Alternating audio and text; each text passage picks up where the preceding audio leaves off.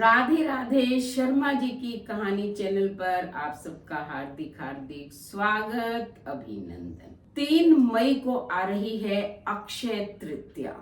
अक्षय तृतीया का हिंदू धर्म के अंदर बहुत ही ज्यादा महत्व है।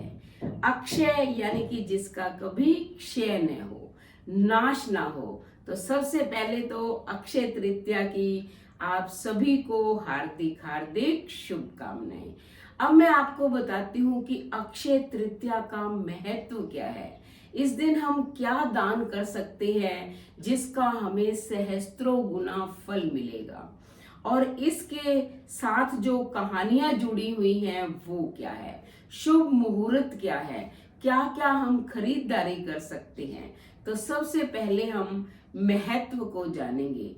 अक्षय तृतीया का महत्व बहुत ही ज्यादा है। अक्षय तृतीया के दिन ही भगवान शंकर ने कुबेर को खजाना प्रदान किया था, जो कि धन के स्वामी है, खजाने के मालिक है।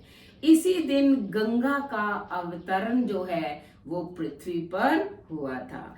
इसी दिन यानी कि जो भी व्यक्ति मान लो खेती का काम करता है तो फसलों की कटाई शुरू कर देता है तो उसके खेत यानी कि अनाज से भर जाते हैं, उसके अनाज के भंडारे भर जाते हैं।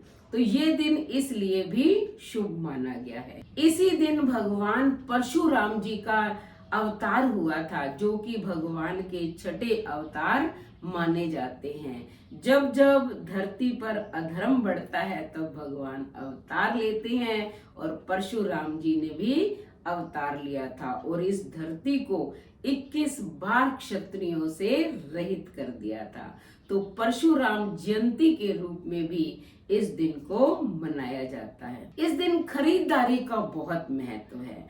जो भी व्यक्ति शुभ मुहूर्त के अंदर खरीदारी करता है, यानी कि सोना है, चांदी है या बर्तन है। सोना चांदी नहीं खरीद सकते तो सिक्के खरीद सकते हो। अगर मान लो सिक्के भी नहीं खरीद सकते तो छोटा मोटा कोई भी आइटम जो है आप खरीद सकते हो, क्योंकि माना जाता है कि धातु की चीजें खरीदने से यानी कि सोना चांदी खरीदने से घर में लक्ष्मी का जो है आवास होता है, वो हमेशा स्थिर रहती है, लक्ष्मी का आगमन होता है और घर में सुख समृद्धि बनी रहती है। कभी भी लक्ष्मी समाप्त नहीं होती, क्योंकि ये अक्षय तृतीया है। इस दिन जो भी कार्य किए जाते हैं वो अक्षय हो जाते हैं, उसका फल हमें सहस्त्रों गुना मिलता है।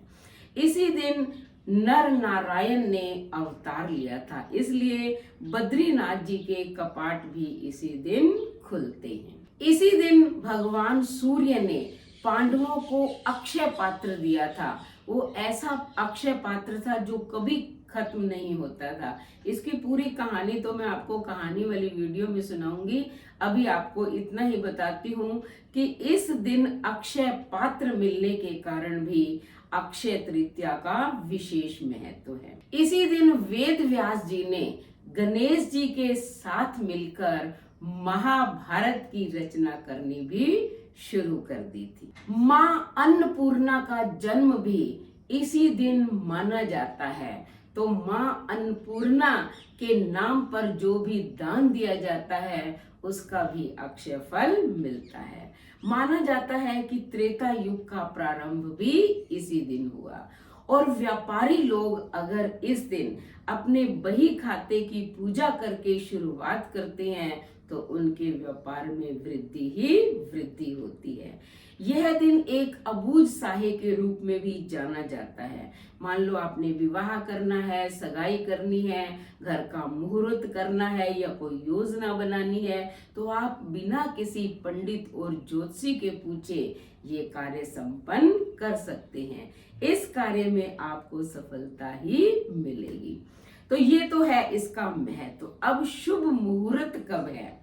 तो इस बार अक्षय तृतीया का शुभ मुहूर्त है 5:39 से दोपहर 12:18 तक शुभ मुहूर्त माना गया है। वैसे तो पूरा दिन ही शुभ है, लेकिन इस समय के अंदर जो है दान पुण्य का विशेष महत्व है। अब आप क्या दान पुण्य कर सकते हैं?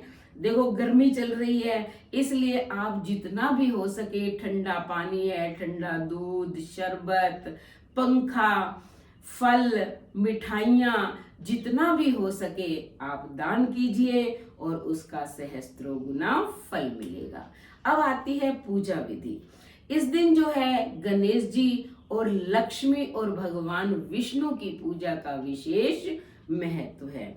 तो आप प्रातःकालीन समय में सूर्योदय से पहले उठे, पहले गणेश जी की पूजा करें और फिर भगवान विष्णु और लक्ष्मी जी की पूजा करें। पूजा में रोली, मोली, गुड़, चावल, धूप, दीप, नैवेद्य, पुष्प, जो भी श्रद्धा के अनुसार आपके पास है आप उससे पूजा कीजिए। एक नया कलश लेकर आइए और साथ में दीपक जलाइए, क्योंकि आपकी पूजा जो है दीपक और कलश के बिना अधूरी है। कलश में वरुण देवता यानी कि जल में है और दीपक में अग्नि देवता। तो आप विधि विधान से पूजा करिए और इस दिन सफेद रंग का पुष्प चढ़ाइए और भगवान विष्णु के चंदन का तिलक लगाइए। तो ये दोनों चीजें विशेष महत्वपूर्ण है। और अगर आप सत्तू का दान कर सकें तो वो भी अत्यंत फलदायी माना जाता है। अक्षय तृतीया के दिन 5 ग्रहों के साथ महायोग बन रहे हैं।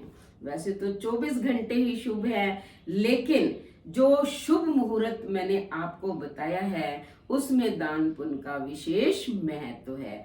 अब ये 7 महायोग क्या है आपको बताती हूँ कि अक्षय तृतीया पे सूर्य, चंद्र और शुक्र ये तो उच्च राशि में रहेंगे। गुरु और शनि ये खुद की ही राशि में रहेंगे और इसके साथ ही केदार, शुभकर्त्री, उभयचरी, विमल, सुमुख, शोभन और मातंग योग का महायोग बन रहा है। तो अवसर हाथ से नहीं जाना चाहिए। जितना हो सके आप दिन में पूजा पाठ कीजिए, दान पुण्य कीजिए, फिर देखिए आपको अक्षय तृतीया का कैसे अखंड यानी कि सहस्त्रों गुना जो है फल मिलने वाला है। अब इस पर क्या है, इस दिन मान लो किसी व्यक्ति के पास जो है लक्ष्मी ठहरती नहीं है, वो कमाते तो बहुत है, बहुत धन आता है, लेकिन चला जाता है। यानी कि मान लो अगर वो 100 रुपए कमाते हैं तो 500 रुपए खर्च हो जाते हैं। तो इसके लिए आपको एक छोटा सा उपाय बताती हूँ। आप प्रातःकालीन समय के अंदर भगवान विष्णु, लक्ष्मी और गणेश जी की पूजा कीजिए और कोई भी एक यानी कि चीज, चाहे वो सोने की हो, चांदी की हो, अगर सोने चांदी की नहीं है तो आप जो प्रचलन में सिक्के चल रहे हैं ये भी ले सकते हैं। लाल वस्त्र के अंदर जो है आपको वो रखना है, गहना है या सिक्का है, रख के पहले आपने पूजा करनी है भगवान विष्णु, लक्ष्मी और गणेश जी की। उसके बाद उस गहने की पूजा करनी है, यानी कि रोली, चावल उस पर चढ़ाने हैं, पुष्प रखना है। आप जो है उसमें एक लाल रंग का पुष्प रखेंगे। पूजा करने के बाद जो है आपको ये मंत्र बोलना है, ओम ह्रीम श्री कमले कमलालय प्रसीद प्रसीद महालक्ष्मी नमः।